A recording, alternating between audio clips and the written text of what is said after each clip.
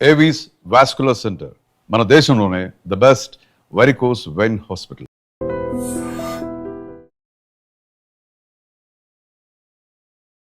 నమస్తే, welcome to I dream. నేను వలి. ప్రస్తుతం నాతో పాటు స్టూడియోలో ఉన్నారు సీనియర్ ఫిల్మ్ క్రిటిక్ భరద్వాజ్ గారు. మాట్లాడదాం. సార్ నమస్కారం. నమస్తే. భరద్వాజ్ గారు, అసలు ఏ హీరోకి రానటువంటి విజయం తమిళనాడులో విజయ్కి వచ్చింది? అంటే గత కొన్ని ఏళ్లలో ఒకసారి పరిశీలిస్తే కమల్ హాసన్ పార్టీ పెట్టారు, తర్వాత అంతకుముందు విజయకాంత్ పార్టీ పెట్టారు, ఇక్కడ చిరంజీవి పెట్టారు, పవన్ కళ్యాణ్ గారు పెట్టారు. అంటే ఫస్ట్ టైం పార్టీ పెట్టిన 2 ఏళ్లలోనే ఇంత అద్భుత విజయం విజయ్కి ఎట్లా దక్కింది? ఏం చెప్తారు? అంటే మనకి గతంలో పార్టీ పెట్టి గెలిచి ముఖ్యమంత్రులైనటువంటి నాయకులు ఉన్నారు కదా, నట నాయకులు. ఎంజి రామచంద్రన్ 72లో బయటకు వచ్చాడు. ఆయన డిఎంకే నుంచి 72లో వచ్చి 77 ఎన్నికల్లో గెలిచాడు ఆయన. అంటే దాదాపు 4 సంవత్సరాలు కష్టం ఉంది ఆయనది. అయితే మొదటి ఎన్నికలోనే గెలిచాడు ఆయన. పార్టీ పెట్టిన తర్వాత మొదటి ఎన్నికలో 76లో డిఎంకే ప్రభుత్వాన్ని బర్తరఫ్ చేసింది ఇందిరాగాంధీ గారు. 77లో ఎలక్షన్ జరిగింది, ఎంజీఆర్ గెలిచాడు. 87 వరకు ఆయనే ముఖ్యమంత్రి, చనిపోయే వరకు. ఆ తర్వాత తమిళ రాజకీయాల్లో పార్టీ పెట్టాలి అని ప్రయత్నం చేసిన ఏ నట నాయకుడికి కూడా ఆ అవకాశం దక్కలేదు. దక్కకపోవడానికి కారణం ఏమిటి? వాళ్ళకి స్టార్డమ్ లేక అని అనుకోలేము. స్టార్డమ్ ఉన్నప్పటికీ సాధ్యం కాదు. అంటే కాన్ఫిడెన్స్ ఉండాలి, ఆల్టర్నేటివ్ లైన్ చెప్పగలగాలి, ప్రజలకి ఆల్టర్నేటివ్గా అనిపించాలి. అలా అనిపించటంలో సక్సెస్ అవడం వల్లనే ఎన్టీ రామారావు పార్టీ పెట్టిన 9 నెలల్లో వెళ్ళి సీఎం సీట్లో కూర్చోగలిగాడు. అంటే ఆయన డే 1 శత్రువు ఎవరు అనేది చెప్పేశాడు ప్రపంచానికి. చెప్పి ఫలానా వాళ్ళతో నా యుద్ధం అన్నాడు. ఈ యుద్ధంలో మీరు నాతో ఉంటారో లేదో తేల్చుకోండి. మీరు సఫరర్స్ అయ్యి ఉంటే నేను మీ తరఫున యుద్ధం చేయడానికి వచ్చేసా. ఇప్పుడు నిర్ణయం మీ చేతుల్లో పెడుతున్నా అన్నాడు. అలాంటి డైలాగులు, ఆ మాటలు చిరంజీవి దగ్గర నుంచి జనం ఎక్స్పెక్ట్ చేశారు, కానీ రాలేదు. ఆయన సున్నిత మనసు కూడా ఇంకొకట అనేది పక్కన పెట్టేస్తే, యుద్ధంలో దిగిన తర్వాత నువ్వు సైనికుడిగానే ఉండాలి. ఆయన రోడ్డు మీదకి వచ్చిన రోజున, ఎన్టీఆర్ రోడ్డు మీదకి వచ్చిన రోజున, ఆయనకి ఆ రోజున సలహాదారులుగా ఉన్నటువంటి నాదెండ్ల భాస్కర్రావు గారు, ఇలాంటి వాళ్ళు, నల్లపరెడ్డి శ్రీనివాసులు రెడ్డి గారు, వీళ్ళు ఒక రూట్ మ్యాప్ ఇచ్చారు. స్టేట్ మొత్తంలో ఇన్ని సెంటర్లో మనం బహిరంగ సభలు పెడితే పని అయిపోతుంది అని. దాన్ని ఆ కాగితం తీసి పక్కన పడేసి, ఇవన్నీ కాదు, మనం చైతన్య రథం వేసుకుని రోడ్డు మీదకి వెళ్తున్నాం, వెళ్ళి మొత్తం రాష్ట్రం అంతా తిరిగేయటమే పని, ఇలా సభలు పెట్టడం అనే ప్రోగ్రాం పెట్టకండి అని చెప్పి వెంటనే ఆయన జెమినీ స్టూడియో నుంచి కొనుక్కొచ్చినటువంటి ఒక వ్యాన్ ఉంటే దాన్ని రిపేర్ చేసి రోడ్డు ఎక్కాడు. అంతే, అయిపోయింది. ఒక ఆల్టర్నేటివ్గా జనంలోకి ఎమర్జ్ అవ్వటం అనేది నాయకుడికి ఉండాల్సిన లక్షణం. విజయ్ ఏం చెప్పాడు? రాజకీయాల్లోకి రాగానే మొదట చెప్పినటువంటి మాట, నేను స్టేట్లో అధికారంలో ఉన్న డిఎంకేకి, కేంద్రంలో అధికారంలో ఉన్న బీజేపీకి సమాన దూరంలో వ్యవహరించదలుచుకుంటున్నాను అని చెప్పాను. ఆ స్టాండ్ మీద ఉన్నాడు. చివరి వరకు మాట మార్చలేదు. ఎన్ని పుకార్లు వచ్చినప్పటికీ అతను బీజేపీ చేతిలో కత్తి అని మొదట ఒక మాట వచ్చింది బయటికి. దాని మీద తమిళ పత్రికల్లో వార్తలు వచ్చినాయి, తెలుగు మీడియాలో వార్తలు వచ్చినాయి. అంటే వాళ్ళు డిఎంకే, అంటే ఆపరేషన్ డిఎంకే అనే పనిలో బీజేపీ ఉంది. డిఎంకేని దెబ్బ కొట్టడానికి, వాళ్ళకు ఉన్నటువంటి ద్రవిడ ఓట్ బ్యాంక్ని దెబ్బ కొట్టడానికి విజయ్ని రంగంలోకి దింపారు అనే ప్రచారం జరిగింది. ఇదే టైంలో బీజేపీకి చెందిన మీడియా ఇంకొక కథని ప్రచారంలోకి తీసుకొచ్చింది, జాతీయ మీడియా. అదేంటంటే, ప్రభుత్వ వ్యతిరేక ఓటు బ్యాంకుని చేల్చడం ద్వారా డిఎంకేని తిరిగి అధికారంలోకి తీసుకురావడానికి స్టాలిన్ చేతిలో కత్తి విజయ్, అటు వాళ్ళు ఇటు వీళ్ళు అని వీళ్ళు ప్రచారం చేశారు. ఓకే, ఈ 2 ప్రచారాలని సైలెంట్గా గమనించాడు తప్ప అతను ఎక్కడా ఒక మాట మాట్లాడలేదు. అలా చూస్తూ ఉన్నాడు, తన పద్ధతిలో తాను వెడుతున్నాడు. స్కూళ్ళకి వెళ్ళాడు, కాలేజీలకు వెళ్ళాడు. ఇది వర్కౌట్ అయింది. స్కూళ్ళు కాలేజీలకు వెళ్ళి ఆ పిల్లలతో ఇంటరాక్ట్ అవ్వడం మొదలుపెట్టాడు. అంటే న్యూజన్ ఓట్లు జంజీలు. పట్టుకున్నాడు. జంజీ ఓట్లు పట్టుకున్నాడు. ఆ పట్టుకోవడానికి ప్రాతిపదిక ఏమిటి అనేది అక్కడి నుంచి మాట్లాడటం మొదలుపెట్టాడు. 25 నుంచి నడుస్తోంది ఈ కార్యక్రమం. హ్మ్. 25లో ఆయన చాలా స్కూళ్ళు సందర్శించాడు. అలాగే లాస్ట్ టైం జరిగినటువంటి ఎలక్షన్‌లో తను సైకిల్ వేసుకొని వెళ్లి ఓటేసొచ్చాడు. హ్మ్. అంటే డీఎంకేకి సపోర్ట్ చేస్తున్నానని చెప్పినట్టుగా చెప్పాడు. హ్మ్. చెప్పాడు. ఈ విన్యాసాలన్నీ నడిచినాయి. ఆయన నరేంద్ర మోడీతో ఫోటో దిగాడు గదా! ఇవన్నీ ప్రదర్శిస్తున్నారు. కానీ తనకంటూ పార్టీ పెట్టిన తర్వాత ఒక స్టాండ్ ప్రకటించిన తర్వాత ఆ స్టాండ్ నుంచి డీవియేట్ కాల. మధ్యలో అతని మీద వ్యక్తిగతమైన దాడులు జరిగినాయి. అంటే బీజేపీ నుంచే జరిగింది అది కూడా. హ్మ్. భారతీయ జనతా పార్టీ ఈయన బహిరంగ సభలో గందరగోళం అయ్యి అక్కడ స్టాంపేడ్ జరిగి జనాలు అవును. చచ్చిపోయినటువంటి కరూర్‌లో 41 సందర్భంలో మంది చనిపోయారు. చనిపోయిన సందర్భంలో సిబిఐ ఎంక్వైరీ అని ఒక హడావిడి క్రియేట్ చేశారు. నిజానికి ఆయన అక్కడ నిలబడి ఉండాల్సింది ఆ రోజు.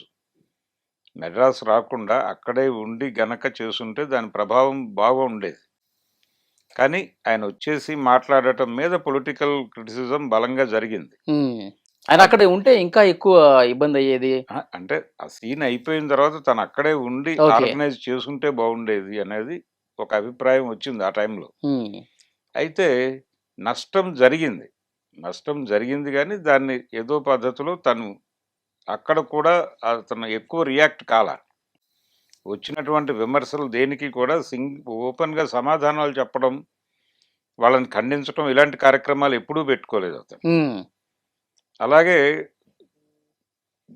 అంటే విజయ్ రోడ్డు మీదకి ఎందుకు రాడు? జనంలోకి ఎందుకు రాడు? అతనికి ఒక ప్రాబ్లమ్ ఉంది. త్రిష వదిలితే కదా అతను రావాల్సింది అన్నాడు నాగేంద్రన్. అన్నప్పుడు కూడా అతను రియాక్ట్ కాల. త్రిష రియాక్ట్ అయింది. ఏం మాట్లాడుతున్నారు మీరు అంది. కానీ తను మాట్లాడలా. అలాగే తన వైఫ్‌కు సంబంధించి, డివోర్స్‌కు సంబంధించి మీడియాలో విపరీతంగా వార్తలు సర్క్యులేట్ అయిన రోజున కూడా అతను రియాక్ట్ కాల. హ్మ్. ఒకటే మాట చెప్పాడు. ఆ మాట ఏంటంటే, నా కుటుంబంలో గొడవలున్నాయి. అందరి కుటుంబాల్లో ఉన్నట్టుగానే. ఆ గొడవలు నేను సార్ట్ ఔట్ చేసుకోగలను. మీరు చేసుకోగలరు. మీ ఇళ్లలో గొడవలు మీరు సార్ట్ ఔట్ చేసుకోండి. మా ఇంట్లో గొడవలు నేను సార్ట్ ఔట్ చేసుకుంటాను. మనందరం కలిసి చేయాల్సిన పని ఒకటుంది. హ్మ్. దాని గురించి ఆలోచిద్దాం. ఈ చెత్తంతా పక్కన పెట్టి అన్నాడు. హ్మ్. అంత గౌరవప్రదమైన ప్రకటన ఎవడైనా చేయగలడా ఆ కండిషన్‌లో ఉన్నవాడు? అది బాగా పనిచేసింది జనాల్లో. హ్మ్. ఇవన్నీ వర్కౌట్ అయ్యి అతనిలో ఒక ఆల్టర్‌నేటివ్ చూసారు జనాలు. అంటే తమిళ రాజకీయాల్లో ఒకటుంది. ఒక 5 ఏళ్ళు ఒకళ్ళని ఉంచితే ఇంకొక 5 ఏళ్ళు ఇంకోళ్ళని ఉంచుతారు అనేది ఒకటుంది. అవును. కానీ 10 సంవత్సరాలు ఎంజీఆర్‌ని చూసారుగా. ఎంజీఆర్ ఉన్నంత కాలం ఆ ఏరియా అంటే అసెంబ్లీ కాంపౌండ్‌కి దూరంగానే కరుణానిధి ఉండాల్సొచ్చింది గదా! ఆయన వెళ్ళిపోయిన తర్వాత జరిగిన ఎన్నికల్లో మళ్ళీ కరుణానిధి అధికారంలోకొచ్చాడు. కాబట్టి తమిళ రాజకీయాల్లో ఈ 5 ఏళ్లకొకసారి మారతారు అనేది బ్రేక్ చేయబోతున్నాడు స్టాలిన్. అలాగే తండ్రికి మించిన తనయుడు కాబోతున్నాడు. ఈ చర్చ అంతా జరిగింది. అవును. డీఎంకే మీద బలమైన వ్యతిరేకత అయితే లేదు జనంలో. హ్మ్. వ్యతిరేకత ఉంది. అయితే ఓడించేంత వ్యతిరేకత లేదు. ఓడించేంత వ్యతిరేకత లేదు. కానీ విజయ్ పార్టీ లేకపోతే విజయ్ డీఎంకేనే వచ్చేదేమో. వచ్చేది డెఫినెట్‌గా. అంటే విజయ్ నమిలింది 25% డీఎంకేని, 70% పైన ఏడీఎంకేని. అన్నా డీఎంకేనే. ఆయన ఇప్పుడు గెలిచినటువంటి సీట్ల ప్రకారం చూస్తే హ్మ్. ఆయన టార్గెట్ ఆయన ఎవరిని టార్గెట్ చేయలే. ఎవరిని టార్గెట్ చేయలేదు గానీ స్టాలిన్ కూడా ఓడిపోయే పరిస్థితి క్రియేట్ అయిపోయింది హ్మ్. ఆటోమేటిక్‌గా. అంటే అవును. జనం ఆల్టర్‌నేటివ్‌గా చూసారు అతన్ని. ఆల్టర్‌నేటివ్‌గా చూడటానికి కారణం అతను ఓవర్ స్టేట్మెంట్లు లేవు. అతిగా మాట్లాడలేదెక్కడ. హ్మ్. ఉన్న విషయాలు తను పవర్‌లోకొస్తే ఏం చేయగలడో అది జెప్పాడు. ఓకే. ఏం చెయ్యాలనుకుంటున్నారో, ఎందుకు రాజకీయాల్లోకి రావాల్సొచ్చిందో జెప్పాడు. నేను సోలోగానే ఉంటాను అనే మాట ఒకటి చెప్పాడు. తర్వాత నేను అధికారంలోకి రాబోతున్నాను అన్నాడు. అంతే తప్ప నేను అధికారంలోకి రావాలో వద్దో మీరు నిర్ణయించండి. అప్పుడు చూద్దాం. ఇప్పుడు ఒక వీడియో వైరల్ అవుతోంది తెలుగు రాష్ట్రాల్లో. ఎవరిది? పవన్ కళ్యాణ్ మాట్లాడింది క్యాడర్‌తో. మీరు చెప్పగలరా? నేను సోలోగా వస్తే నేను గెలిచేయగలనా? మీరు చెప్పండి అని మాట్లాడుతున్నాడు ఆయన. ఉమ్, ఆ వీడియో తిప్పుతున్నారిప్పుడు. అంటే ఈ ఈ సందేహం లేదు. రెండోది అభిమానులతో ఆయన సమావేశాలు నిర్వహించాడు. అభిమానుల్ని ముందు ఆర్గనైజ్ చేశాడు. ఒక నిర్మాణంలోకి తీసుకొచ్చాడు ఆళ్ళని. తీసుకొచ్చి వాళ్ళ ద్వారా తన అభిప్రాయాన్ని జనంలోకి తీసుకెళ్ళాడు. ఉమ్. ఈ కనెక్టివిటీ, ఈ నెట్వర్క్ ఏర్పాటు చేసుకున్న తర్వాత పార్టీ అనౌన్స్ అంతే. చేశాడు అతను. ఉమ్. ఇవన్నీ పనిచేసినాయి. సార్ మొత్తం 234 నియోజకవర్గాల్లో ఆయన సరిగ్గా ఒక 50 నియోజకవర్గాలు కూడా తిరగలేదంట కదా సార్ ఆయన. ఇది అంటే తిరిగిన వ్యవహారం కూడా లేదు నిజంగానే. అది ఉమ్. నిజంగానే ఇది ఒక నిశ్శబ్ద విప్లవంగానే కనిపిస్తోంది. ఉమ్. అంటే తను తిరగలేదు, తను ఏదో ప్రయత్నం చేస్తున్నట్టుగా కూడా ప్రపంచానికి అనిపించలేదు. అనిపించలా. అనిపించకపోవడం, అక్కడ జనంలో డిఎంకే పట్ల భారీ వ్యతిరేకత లేకపోవడం, ఉమ్. ఇప్పుడు ఆ ఎగ్జిట్ పోల్స్ అన్నీ అలా రావడానికి రీజన్ ఏంటి? వీళ్ళు ఎవరినైతే క్వశ్చన్ చేశారో ఈ సెగ్మెంట్స్ అన్నీ కూడా డిఎంకేతో ఇబ్బందికరంగా లేవు, అదే మాట్లాడారు. కానీ ఈయన గెలుపుకి దోహదపడినటువంటి ఓట్ ఎక్కడి నుంచి వచ్చింది అంటే ఆయన స్కూళ్ళు కాలేజీలను టార్గెట్ చేసిన ఓట్లు పడ్డాయి. సోషల్ మీడియా సారీ బాగా సారీ జంజీలు ప్రచారం జంజీ చేశారు. ప్రచారం వచ్చింది. ఆ చివరిలో రైజ్ అయినటువంటి పోల్ పర్సంటేజ్ అంతా అతనికి అనుకూలంగా పడింది. అది వర్కౌట్ అయింది. అంటే వ్యూహాత్మకంగా వ్యవహరించాడు తను. తిరిగినది తక్కువే, కానీ ప్రభావం చాలా ఉంది. ఆ ప్రభావం వేయగలిగాడు. అలాగే మాట్లాడే ప్రతి మాటని ఆచితూచి మాట్లాడాడు. చాలా పద్ధతిగా మాట్లాడాడు. ఎక్కడ ఓవర్ స్టేట్మెంట్లు లేవు అతను ఉమ్. పొలిటికల్ కెరియర్ మొత్తం మీద. అతను స్కూళ్ళు కాలేజీల్లో మాట్లాడినప్పుడు కూడా విద్యా వ్యవస్థ ఎలా ఉండాలనుకుంటున్నారు, ఇప్పుడున్న వ్యవస్థ మీద మీకున్న అభ్యంతరాలు ఏమిటో నాకు చెప్పండి అన్నాడు. ఉమ్.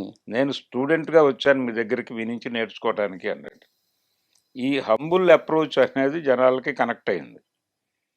ఇలాంటి అప్రోచ్తో వెళ్ళిన ఏ నాయకుడు ఫెయిల్ అవ్వాల. ఉమ్. ఎన్టీ రామారావు కూడా ఇదే పద్ధతిలో వెళ్ళాడు. ఆయన ఏమన్నాడు? నేను బలానా వాడు శత్రువు అని నేను డిక్లేర్ చేస్తున్నాను, వాడు మిమ్మల్ని ఇబ్బంది పెడుతున్నాడు ఢిల్లీ నుంచి. తెలుగువాడి ఆత్మగౌరవాన్ని ఢిల్లీ నడివీధుల్లో తెగనమ్ముతున్న వాళ్ళే ఇక్కడ మన నాయకులు, వీళ్ళందరినీ టార్గెట్ చేస్తున్నాను నేను. సో మీరు నాకు మద్దతుగా నిలబడితే మీ కష్టాలను తీరుస్తా, అది మీ చేతుల్లో ఉంది. నన్ను ఎన్నుకుంటారా లేదా అనేది మీ భవిష్యత్తును మీరు ఎలా నిర్ణయించుకుంటారన్న దాని మీద ఆధారపడి ఉంది అని ఇలా మాట్లాడటం మొదలుపెట్టాడు ఆయన. ఉమ్. ఆటోమేటిక్గా అతను ఆల్టర్నేటివ్గా కనిపించాడు జనాలకి. ఆ ఆల్టర్నేటివ్ అనే అభిప్రాయం జనాల్లో నాటటమే నాయకుడు చేయాల్సిన పని. అది చేసి దాని ద్వారా విజయం పొందాడు. జగన్ కూడా చేయగలిగాడు అది. ఉమ్. జగన్ ఎలా లీడర్గా ఎమర్జ్ అయ్యాడు? నేను ఆల్టర్నేటివ్ అనేది బలంగా రూటెడ్గా జనంలోకి తీసుకువెళ్ళగలిగాడు. అయితే ఇప్పుడు విజయ్ గెలుపు సాధించేసిన తర్వాత తెలుగు రాజకీయాల్లో రకరకాల చర్చలు జరుగుతున్నాయి. ఉమ్. అంటే పర్టికులర్గా చిరంజీవి, పవన్ కళ్యాణ్ మళ్ళీ ఒకసారి చర్చలోకి వచ్చారు. వీళ్ళిద్దరూ కూడా ఆల్టర్నేటివ్ మేమే, మమ్మల్ని నమ్ముకోండి, మేము అధికారంలోకి వస్తాం, మీ కష్టాలు తీరుస్తాం అని ఒక బలమైనటువంటి ప్రకటన చేయలేకపోయారు ఇద్దరు. వాళ్ళ ఫెయిల్యూర్ కారణం అది. ఉమ్. అంటే వాళ్ళని వాళ్ళు ఎమర్జీ చేసుకోవాలా. ఆ ఎమర్జీ చేసుకోవటంలో ఇప్పటికీ కన్ఫ్యూజన్ ఉంది పవన్ కళ్యాణ్కి. ఉమ్. ఆయన మొదటి ఎన్నికలోనే యుద్ధం ప్రకటించి ఉండాల్సింది అందరి మీద.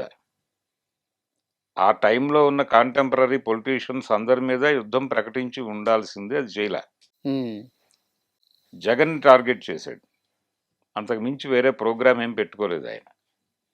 చిరంజీవి గారి దగ్గరికి వస్తే ఆయన అందరూ మంచివాళ్లే అన్నాడు. అందరూ మంచివాళ్లే, మీరు నాకు చాలా చేశారు, నేను మీకు ఏదో చేయటానికి వచ్చాను, నాకు ఒక అవకాశం ఇవ్వండి. అది నడవదు. చేయటానికి చాలామంది ఉన్నారు అన్నారు జనాలు. సో ఆ ఎన్నికల్లో ఆయన బలంగా ప్రతిపక్ష ఓటు చీల్చగలిగాడు. కానీ ఒక రకంగా వైఎస్ రెండోసారి ముఖ్యమంత్రి కావడానికి చిరంజీవి గారి సహకారమే చాలా ఉంది. ఆయన కంట్రిబ్యూషన్ వల్లనే ఆయన రెండోసారి సీఎం కాగలిగాడు. ఇక్కడ కూడా అదే వర్కౌట్ అవుద్దేమో, విజయ్ కంట్రిబ్యూషన్ వల్ల డిఎంకే మళ్ళీ గెలుస్తుందేమో. అదే కదా వాళ్ళు ప్రచారం చేసింది నేషనల్ మీడియాలో. అవును. ఎన్డీటీవీ దగ్గర నుంచి మొదలుపెట్టి ప్రచారం చేసింది అదే. వాళ్ళు వాంటెడ్‌గానే చేశారు. ఇలా 2 రకాల ప్రచారాల మీద ఆయన ఒక్క కామెంట్ చేయలే. ఒక్క కామెంట్ ఎక్కడా చేయలేదు. ఇంటర్వ్యూస్ అతిగా ఇవ్వలేదు. హ్మ్. ఇంటర్వ్యూస్ ఇవ్వలేదు. ఎక్కడా కూడా నేను ఓపెన్‌గానే బహిరంగ సభల్లో చెప్తున్నాను గదా! నేను పెట్టుకుంటున్న సభల్లో నా విధాన ప్రకటన నేను చేస్తున్నాను. విడిగా మీతో ఏం మాట్లాడాలి నేను? ప్రాక్టికల్‌గా ఇబ్బందులొచ్చినప్పుడు మనం మాట్లాడుకుందాం అని చెప్పాడు మీడియాతో. ఓకే. తప్ప ఎక్కడ 1-1 ఇంటర్వ్యూస్‌కి ఇలాంటి వాటికి గూడా ఎళ్ళలేదు తను. హ్మ్. అలా స్టేబుల్‌గా నిలబడటము, హంబుల్‌గా ఉండటం ఇవన్నీ కలిసొచ్చినాయి అతనికి. ఓకే.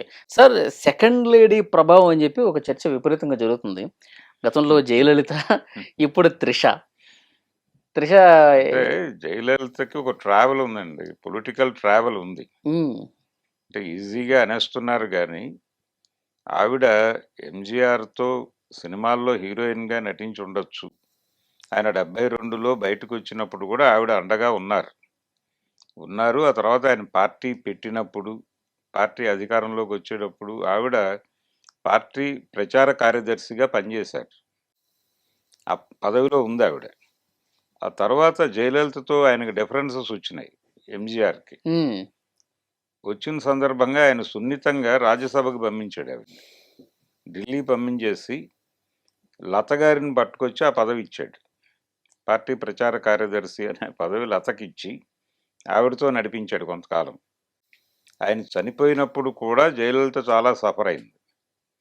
ఆవిడ ఆయన పార్థివ దేహాన్ని తీసుకెళ్తున్నటువంటి వ్యాన్ మీద నుంచి ఆవిడని కిందకి తోసేశారు. లిటరల్లీ కింద పడింది ఆవిడ. హ్మ్. కింద పడినప్పటికీ ఆవిడ బాధపడలేదు. యుద్ధం చేస్తూనే ఉంది. అలాగే జానకి రామచంద్రన్‌ని ఆల్టర్‌నేటివ్‌గా తీసుకొచ్చారు. తీసుకొచ్చి ఆవిడని సీఎంని చేశారు.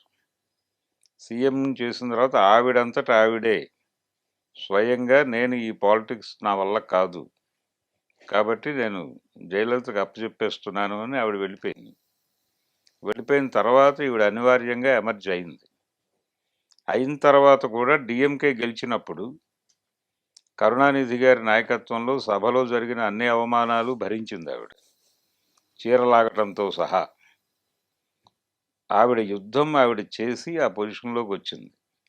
ఎంజీఆర్‌తో ట్రావెల్ అవ్వటం వలన మాత్రమే ఆవిడ పదవిలోకి రాలేదు. హ్మ్. ఆవిడ సమర్థత ఆవిడ ప్రూవ్ చేసుకుంది. అవును. కాబట్టి త్రిషకి ఇంకా ఆ టైం రావాలి. రెండోది ఈవిడ రీసెంట్ టైమ్స్‌లో అమిత్ షా గారిని కలిసొచ్చారు. హ్మ్. ఆవిడ మీద బీజేపీ ఆరోపణలు చేసిన ఈ నేపథ్యం ఉన్న టైంలోనే ఆవిడ వెళ్లి అమిత్ షాతో మాట్లాడొచ్చారు. ఎందుకు కలిసారు? ఏమిటి? అనే దాని మీద బహిరంగ ప్రకటనలు ఇరువైపుల నుంచి లేవు కానీ, హ్మ్. ఆవిడ వెళ్లి రావటం మీద బయటైతే రకరకాల చర్చలు జరిగినాయి. హ్మ్. అంటే విజయ్‌ని భారతీయ జనతా పార్టీకి హ్మ్. దగ్గరగా కలపటంలో ఒక వారధిలా పనికొస్తదని పిలిచారంటారా? ఇలాంటి అభిప్రాయాలు కూడా బయట దొర్లినాయి గానీ, వాళ్ళ వైపు నుంచి ఏ మాట బయటకు రాలేదు. వాళ్ళలా ఉన్నారు నిలకడగా. అయితే మొన్న ఒక పిలుపొచ్చింది ఈయనకి. ఏదో ఎగ్జిట్ పోల్స్ వచ్చిన తర్వాత బీజేపీ అధినాయకత్వం నుంచి ఒక ఫోన్ కాల్ వచ్చింది. వచ్చి మాట్లాడితే మనం ఏదో ఒకటి మాట్లాడదామని.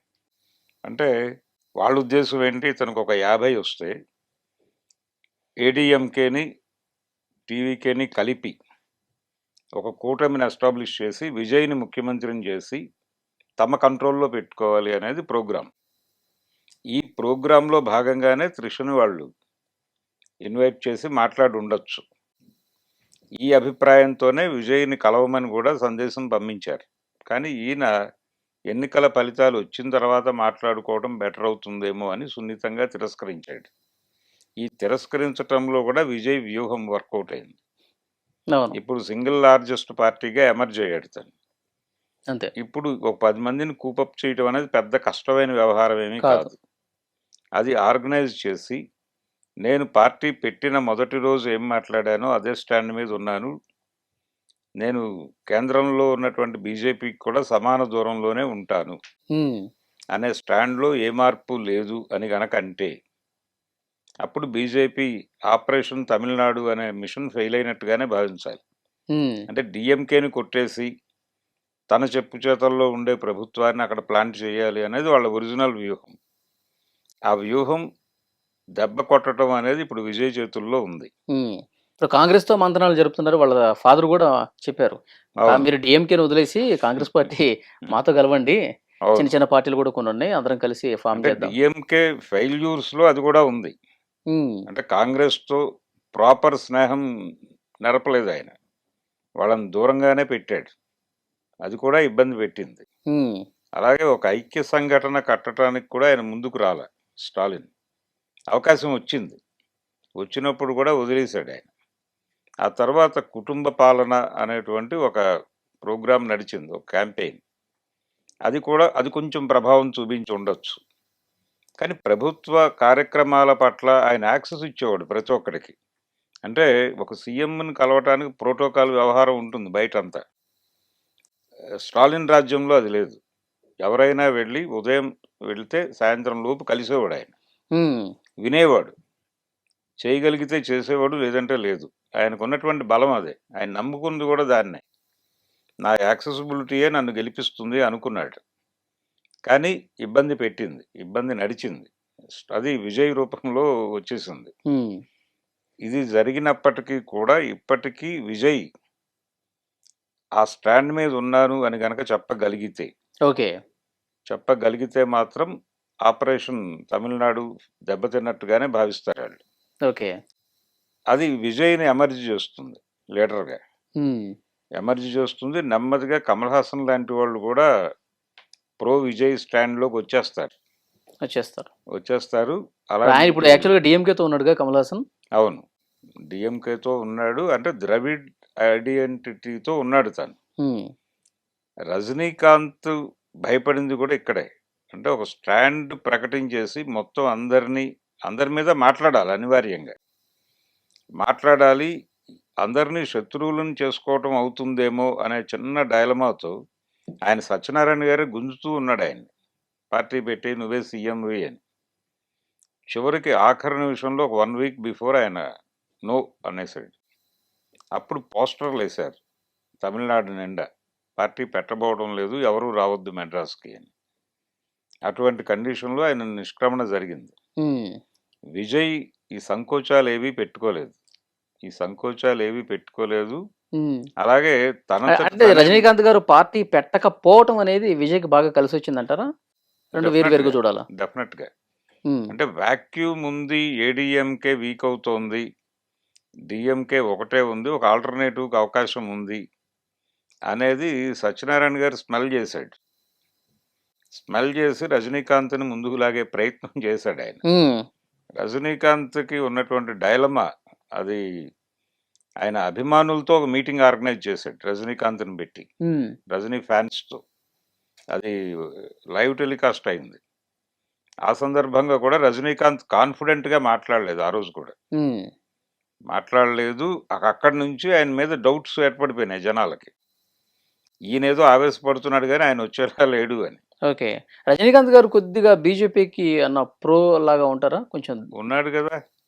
నరేంద్ర మోడీ గారు స్ట్రెయిట్‌గా ఆయన ఇంటికెళ్ళాడు గదా! 24 ఉమ్, ఎన్నికల ఉమ్. సందర్భంగా. ఆయన స్ట్రెయిట్‌గా వెళ్ళి మెడ్రాస్‌లో వారి ఇంటికెళ్ళి కూర్చుని వారితో మాట్లాడి ఏం మాట్లాడలేదక్కడ. మీరు బాగున్నారా? ఆరోగ్యం బాగుందా? ఈ మాటలు ఆ వీడియో సర్క్యులేట్ అయింది బయట. అదే ఆయన ప్రోగ్రామ్.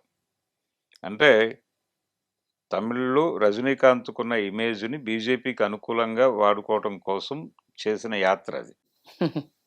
అది రజనీకాంత్ అలా ఉపయోగపడ్డాడు. ఒక యాడ్ ఫిల్మ్‌లో యాక్ట్ చేసినట్టుగా తయారైందది. ఆ తర్వాత నరేంద్ర మోడీని కూడా తిట్టాల్సిన పరిస్థితి వస్తుంది ఈయన పవర్‌లోకొస్తే. పవర్ గాని పాలిటిక్స్‌లోకొస్తే అనివార్యంగా. ఒక స్టాండ్ తీసుకొని దాని మీద బలంగా నిలబడటం అనేది గనక ఉంటే ఎవరికైనా విజయం సాధ్యమే అనేది ఒకసారి ప్రూవ్ చేశాడు విజయ్. ఉమ్, ఉమ్. ఆ రోజుల్లో రామారావు గారు ప్రూవ్ చేశాడు. అంతకుముందు ఎంజీఆర్ ప్రూవ్ చేశాడు. ఎంజీఆర్ కంటే ఎన్టీఆర్ కొంచెం డిఫరెంట్ ఏరియాలోకెళ్ళాడు. ఎంజీఆర్ ఎప్పుడూ కేంద్రంతో యుద్ధం చేయాలనుకోలేదు. కేంద్రంతో సయోధ్యగా ఉండి నిధులు తెచ్చుకుని రాష్ట్రాభివృద్ధి చేసుకుంటూ తన ఓట్ బ్యాంక్‌ని సెక్యూర్ చేసుకుంటే చాలు అనేదే ఆయన వ్యూహం. ఎన్టీ రామారావు డే 1 నుంచి ఢిల్లీ మీద ధ్వజమెత్తేవాడు. ఇది తప్పు, వద్దు అని చెప్పినా సంజీవ్ రెడ్డి లాంటి వాడు వచ్చి చెప్పినా గానీ వినలేదు ఈయన. వినలేదు. పైగా జాతీయ రాజకీయాల్లో ఒక ఫెడరల్ ఫ్రంట్ పెట్టాలి అనే ప్రోగ్రాం తీసుకున్నాడు ఆయన. కాంగ్రెసేతర ముఖ్యమంత్రులందరినీ పిలిచి విజయవాడలో సమావేశం పెట్టాడు. ఇలాంటి కార్యక్రమం అలాగే ప్రాంతీయ పార్టీల కూటమితో కేంద్రంలో ప్రభుత్వాన్ని ఏర్పాటు చేయాలనే ప్రోగ్రాంతో ఈయన నేషనల్ ఫ్రంట్ పెట్టాడు. అలా బీజేపీకి శత్రువు అయ్యాడు. అంటే బీజేపీ స్ట్రైట్గా వచ్చి మాట్లాడాడు అద్వానీ గారు. మాట్లాడి యాంటీ కాంగ్రెస్ అన్నప్పుడు మీరు బీజేపీతో కదా కలిసి నడవాల్సింది అంటే, లేదు ప్రాంతీయ పార్టీల కూటమిని ఢిల్లీలో అధికారంలోకి తీసుకొస్తే తప్ప ఫెడరలిజం బతకదు అన్నాడు ఈయన.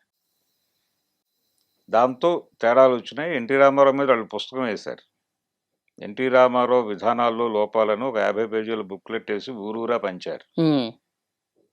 అయినప్పటికీ ఈయనేం పెద్దగా బెదరలేదు, అదరలేదు. మీ ఇష్టం, మీరు అవును. ఏదైనా చేసుకోండి, నా పద్ధతిలో నేను ఎడతాను అన్నాడు. ఆ మొండితనం అనేది ఉండాలి రాజకీయాల్లో. ఓకే. అంటే అది ఆయన ఎగ్జిబిట్ చేసేవాడు ఎన్టీఆర్. ఇందిరాగాంధీ గారు హైదరాబాద్ పర్యటనకు వచ్చినప్పుడు ఆయన దాన్ని బాయ్కాట్ చేసి వెళ్ళిపోయి ప్రెస్ మీట్ పెట్టాడు. అంటే ప్రోటోకాల్ ప్రకారం ప్రధాని ముందుండాలి, సీఎం వెనకాల ఉండాలి. లేదు ఆవిడ హైదరాబాద్ వచ్చారు కాబట్టి నేనే ముందుంటాను, ఆవిడ వెనకాల నిలబడాలన్నాడు. ప్రోటోకాల్ ప్రకారం కుదరదని వెనక్కి నిలబెడితే ఈయన దిగి వెళ్ళిపోయి బాయ్కాట్ చేసి తెలుగువాడి ఆత్మగౌరవాన్ని భంగపరిచింది ఆవిడ అన్నాడు. ఇది ఇది విచిత్రంగా మూర్ఖత్వంగా కనిపించినప్పటికీ జనంలో దాని ఇంపాక్ట్ పడిందిగా. ఉంటుంది. కాబట్టి ఇలాంటి ఎగ్జిబిషన్ ప్రోగ్రామ్ కూడా ఒకటి ఉండేది. ఇలాంటి ఎగ్జిబిషన్ గొడవ కూడా లేకుండా చాలా కూల్గా స్థిరంగా తన అభిప్రాయాలు చెబుతూ కూల్గా ఉండి పబ్లిక్కి ఒక ఆల్టర్నేటివ్గా ఎమర్జ్ అయిపోయి ఆ ఫలితాన్ని ఇప్పుడు చూస్తున్నాడు విజయ్. అవును. ఎవరిని కలుపుకుంటాడు అనేది ఇప్పుడు కీలకమైన చర్చ. కాంగ్రెస్ అలాగే సిపిఎంకి కూడా 2 సీట్లు వచ్చాయి. అవును. వీళ్ళు తర్వాత ఇంకో పివి ఏదో పార్టీ ఉంది అక్కడ, విఎస్కేనో ఏదో ఉంది. విఎస్కే 2 ఉన్నాయి. 2 ఉన్నాయి, వాళ్ళు కలుస్తారు అలాగూ. ఇంకొక పార్టీ ఉంది, దానికి కూడా 2 సీట్లు ఉన్నాయి. వీళ్ళందరూ సో ఎన్డీఏ కూటమిలో కూడా ఉన్నాయి సార్ పార్టీలు ఉన్నాయి, చిన్న పార్టీలు. కానీ వీళ్ళు ఎన్డీఏ కూటమి బయటే తీసుకునేలా కనిపిస్తున్నారు ప్రస్తుత వాతావరణం చూస్తే. ఎన్డీఏ కూటమి బయట పార్టీలతో ఆయన ప్రభుత్వాన్ని ఫామ్ చేశాడు అంటే ఆపరేషన్ తమిళనాడు ఇంకా మిగులుందనే అర్థం. డిఎంకే పోయినా విజయ్ వచ్చినా బీజేపీ గెలిచింది ఏమీ లేదు అక్కడ. వాళ్ళ సొంత ఓట్ బ్యాంక్ ఏమీ పెరగలేదు. ఎన్ని ప్రయత్నాలు చేసినప్పటికీ వాళ్ళకు వచ్చిన స్థానం ఒకటే, అంతకు మించి లేదు సినిమా అనేది అర్థమైపోయింది. సో వాళ్ళని అక్కడికే పరిమితం చేయాలని విజయ్ అనుకుంటే మాత్రం బీజేపీ గాయపడినట్టే. ఆపరేషన్ కేరళ, ఆపరేషన్ తమిళనాడు ఈ 2 కీలకంగా తీసుకున్నారు వాళ్ళకి. దక్షిణాదిలో కొరుకుడు పడని రాష్ట్రాలు ఈ 2. మిగిలిన 3 వాళ్ళ కంట్రోల్లో ఉన్నాయి. ఏపీ టోటల్గా వాళ్ళ కాంపౌండ్లో ఉంది. 3 పార్టీలు వాళ్ళ దగ్గరే ఉన్నాయి. అవును. కర్ణాటకలో కాంగ్రెస్ ప్రభుత్వం ఉన్నప్పటికీ ఆ ప్రభుత్వాన్ని కంట్రోల్ చేయగలిగిన పరిస్థితిలో వాళ్ళు ఉన్నారు. తెలంగాణలో కాంగ్రెస్ ప్రభుత్వమే అయినప్పటికీ దాన్ని కంట్రోల్ చేయగలిగే పరిస్థితిలో వాళ్ళు ఉన్నారు.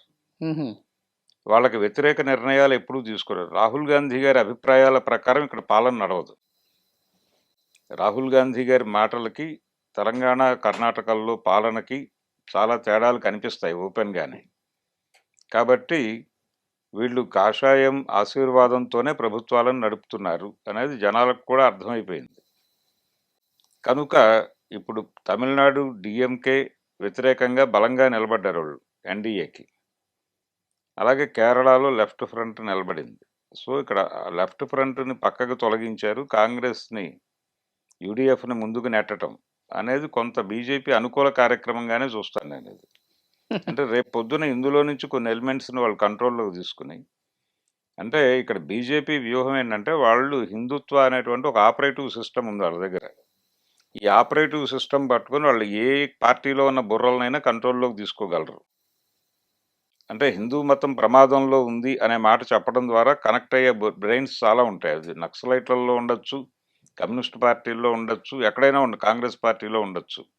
ఆ బ్రెయిన్స్ని కంట్రోల్లోకి తీసుకుని వాళ్ళ నుంచి ఆ పార్టీల్లో ఆపరేషన్ మొదలుపెట్టి వాటిని చంపేస్తున్నారు. ఇది వాళ్ళ కార్యక్రమం. పట్ల అప్రమత్తంగా ఉండాలని ఆలోచించిన వాడు డిఎంకే స్టాలిన్. సో డిఎంకే స్టాలిన్ని దెబ్బ కొట్టడాలి అని వీళ్ళు రంగంలోకి దిగటం వెనకాల ప్రోగ్రామ్ ఇది. ఇప్పుడు విజయ్ కూడా అలాగే ఆలోచిస్తే పరిస్థితి తేడా అయిపోతుంది అక్కడ. ఉమ్, వాళ్ళ కాన్ఫిడెన్స్ ఏంటంటే కేరళలో మనం ముందు లెఫ్ట్ ఫ్రంట్ని పక్కకు తోసేసి యూడిఎఫ్ కనుక వస్తే మనం వీళ్ళ బ్రెయిన్స్ ఆపరేట్ చేయటం కొంచెం ఈజీనే. వాళ్ళు బూత్ స్థాయిలో కూడా జనాలను కొనేస్తున్నారు. బూత్ స్థాయిలో లోకల్ ఏరియాల్లో ఓట్లని బూత్కు పట్టుకొచ్చేటువంటి వాళ్ళని కొనుగోలు చేసేస్తున్నారు స్ట్రైట్ అవే వేరే పార్టీల వాళ్ళని. ఇలా అన్ని రకాల విద్యలు ప్రదర్శించి భారతదేశాన్ని వాళ్ళు ప్రతిపక్ష ముక్తు భారత్గా మార్చాలని ఉంటున్నారు. ఉమ్, చాలామంది కాంగ్రెస్ ముక్తు భారత్ చేయాలనేది బీజేపీ ప్రోగ్రాం అనుకుంటున్నారు, కానీ అది కాదు విషయం. ప్రతిపక్ష రహిత్ భారత్గా మార్చాలి. ఓకే. ఎవరినైనా సరెండర్ చేసుకోవటమే. సరెండర్ అయిపోయి దొడ్లో ఉంటావా లేకపోతే మరణిస్తావా, ఇదే ప్రోగ్రాం. థర్డ్ ఆప్షన్ లేదు ఇక్కడ. కాబట్టి ఇప్పుడు ఉన్న పార్టీలైనా కలిసి ఒక చోట కూర్చుని మాట్లాడుకుని భవిష్యత్ ఏమిటి అనేది నిర్ణయించుకోవాల్సిన అవసరం ఉంది. ఓకే. ఇప్పుడు విజయ్ చాలా ఆలోచనతో తెలివితో వ్యవహరిస్తాడు అంటారా ఈ టైంలో? ఆలోచిస్తున్నట్టుగానే కనిపిస్తోంది. ఉమ్, ఇప్పుడు ఆయన ఎటువంటి టెంప్టేషను లేకుండా తన పాత స్టాండ్ మీద నిలబడితే చాలా, ఆయన కొత్త నిర్ణయాలు తీసుకోనక్కర్లేదు. అంతే. కాంగ్రెస్ ప్లస్ చిన్న పార్టీలు అయిపోద్ది. అంతే చాలు. ఆయన ఈజీగా గవర్నమెంట్ ఫామ్ చేయగలడు. అదేమీ క్రైసిస్ కాదు. ఉమ్, ఆల్రెడీ డిఎంకే నుంచి ఏడిఎంకే నుంచి ఎలాగో ఆయారాములు ఉంటారు. ఉంటారు. కాబట్టి వాళ్ళతో కూపప్ చేసి లాగించేయచ్చు. పెద్ద ఉమ్, ఇబ్బంది ఏం లేదు. ఇంతకంటే దారుణమైన మైనారిటీ ప్రభుత్వాన్ని 5 ఏళ్ళు నడిపిన నరసింహారావు గారి చరిత్ర ఒకసారి చూసుకుంటే అయిపోతుంది. ఉమ్. కాబట్టి విజయ్కి వచ్చిన ప్రాబ్లం ఏం లేదు. అతను కంఫర్టబుల్ గానే ఉన్నాడు. ఆ విషయం అతనికి ఉన్నాడు. అర్థమైంది. ప్రజలు అతని మీద ఎలాంటి నమ్మకాన్ని పెట్టుకున్నారు, ఇతని పాలన ఎట్లా ఉంటుంది అది చూడాలి. అది చూడాలి. అది చూడాలి. అతను ఎలా నిలబడతాడు, తను చెప్పిన మాట నిలబెట్టుకోగలిగితే నిలబడిపోతాడు, లేకపోతే కష్టం. ఒక కాన్ఫిడెన్స్ అయితే కలిగించగలిగాడు జనంలో. ఉమ్, ఈ జనరేషన్ హీరోలు ఎవరు చేయలేనటువంటి పని తను చేయగలిగాడు. ఉమ్, ప్రధానంగా అతనికి ఒక ఆర్గనైజ్డ్ ఫ్యాన్ బేస్ ఉంది. ఇది ఉంది, బేస్ ఉంది, ఆర్గనైజ్డ్. ఎన్టీ రామారావు గారు కూడా పాలిటిక్స్లోకి రావడానికి ముందు ఫ్యాన్స్ని ఆర్గనైజ్ చేశాడు. శ్రీపతి రాజేశ్వరరావు ముందు పెట్టి ఒక వాళ్ళని కూర్చోబెట్టి వాళ్ళ అభిప్రాయాలు తీసుకున్నాడు. ఎలా ఉంటే బాగుంటుందని మీరు అనుకుంటున్నారు అని కూడా అడిగాడు. కొంతమంది వ్యతిరేకించారు. మీరు రాజకీయాల్లోకి వెళ్తే కుదరదు అన్నవాళ్ళు కూడా ఉన్నారు. రామకృష్ణ టొబాకో అని గూడూరు పాపారావు అని ఒక ఆయన ఉన్నాడు, రామారావు గారి ఫ్యాన్స్. ఆయన నో చెప్పాడు. నో అని చెప్పాడు. ఆయన అలాగే ఉన్నాడు, అదే స్టాండ్తో ఉన్నాడు. అలాంటి అభిప్రాయాలు తీసుకుని వాళ్ళని ఆర్గనైజ్ చేసి ముందుకెళ్ళిన వాళ్ళందరూ సక్సెస్ అయ్యారు. పవన్ కళ్యాణ్ దగ్గర కూడా ఆ ప్రాబ్లం ఉంది. విజయ్ని మించిన అభిమానులు ఉన్నారు ఆయనకి, కానీ వాళ్ళని ఆర్గనైజ్ చేసి ఒక శక్తిగా మార్చి వాళ్ళకు ఒక ప్రోగ్రాం ఇవ్వటంలో ఈయన దారుణమైన ఫెయిల్యూర్ ఉంది. ఈయన తన మీద తనకు నమ్మకం లేదు. ముందు జనం తనని నమ్ముతారు అని తను నమ్మలేదు. ఆ నమ్మకపోవడం ఆయన రాజకీయాలు చేయలే, రాజకీయం చేస్తున్నాడు. రాజకీయాలు చేస్తే ఒకలా ఉంటుంది, ఆయన రాజకీయం చేసుకుని తన వరకు తాను సస్టైన్ అవుతున్నాడు. వీళ్ళతో కలిసి వాళ్ళతో కలిసి, వీళ్ళతో కలవకుండా వాళ్ళతో కలవకుండా, ఇలాంటి ప్రోగ్రామ్స్. అంటే ఈ ఎలక్షనీరింగ్ ప్రోగ్రాంలోకి వచ్చేసాడు ఆయన. అలా కాకుండా నేను నిలబడతాను, నాతో మీరు నిలబడండి అన్న టోన్లో ఉంటే అతని సినిమా వేరేగా ఉండేది. చివరికి అతను ఒంటరిగా పోటీ చేయటానికి, అంటే అప్పుడు కూడా లెఫ్ట్తోనే పోటీ కలిశాడు ఆయన. అలయన్స్ లేకుండా ఏ రోజు లేడు ఆయన, ఎవరో ఒకళ్ళతో. 2019 ఎన్నికల్లో కూడా ఆయన లెఫ్ట్తో కలిసే రోడ్డు మీదకి వచ్చాడు. అది కూడా స్కీమ్లో భాగమే అని చెప్పి జనాలు మాట్లాడుకున్నారు బహిరంగంగానే. అంటే ప్రభుత్వ వ్యతిరేక ఓటుని ఎఫెక్టివ్గా వైఎస్ఆర్సీపీకి వెళ్లకుండా అడ్డుకోవటం కోసం. అంటే 2009లో చిరంజీవి గారు ఏ పాత్ర నిర్వహించాడో ఆ పాత్ర నిర్వహించడం కోసమే బయటకు వచ్చాడు ఈయన అనే అభిప్రాయం కూడా జనాల్లోకి బాగానే ప్లాంట్ అయింది. దానికి అవకాశం కల్పించాడు ఈయన పవన్ కళ్యాణ్. సో ఇప్పుడు పవన్ కళ్యాణ్ ఏం చేసినా ఎమర్జ్ అయ్యే పరిస్థితి అయితే లేదు. ఆయన జీవితం ఇలా కొనసాగాల్సిందే, ఉమ్, రాజకీయం చేసుకుంటూ నడవాల్సిందే. సో ఒక రోల్ మోడల్గా అయితే విజయ్ని చూడాలి ఇప్పుడు. అంతే. విజయ్ని ఆదర్శంగా తీసుకుని ఇంకెవరైనా కొత్త హీరోలు వస్తారేమో చూడాలి రాజకీయాల్లోకి. చూద్దాం సార్ ఏం జరగబోతుందో. తమిళనాడు పాలిటిక్స్లో అయితే ఒక సంచలనం నమోదు చేశాడు విజయ్. అవును. ఆయన పాలన కూడా ప్రజల్లో ఏదైతే నమ్మకాన్ని కలిగించాడో దాన్ని నిలబెట్టుకుంటాడా లేదా భవిష్యత్తులో మనం మళ్ళీ మాట్లాడుకుందాం. Thank you very much. And for more videos, Please subscribe to iDream. Please subscribe to iDream. Please subscribe iDream. And please subscribe to iDream. For more videos, subscribe to iDream. please like, share, and subscribe to the channel. Congratulations, iDream. Subscribe to iDream. Subscribe to iDream. So subscribe to iDream Media. iDream ki iDream team andarki huge congratulations. Please subscribe iDream Media. Please subscribe to iDream. Subscribe iDream. Please subscribe to iDream. iDream అంటే నా కళల channel subscribe చేసుకున్న నోరు తిరుగుతలేదు, మీరైతే గంట గుర్తు కొట్టండి. For more such videos, please subscribe to iDream. Subscribe to iDream. Please subscribe to iDream. Please subscribe iDream Media. Please do subscribe to iDream. Please subscribe to iDream Media. For best entertainment and information, please subscribe iDream. And don't forget to subscribe to iDream.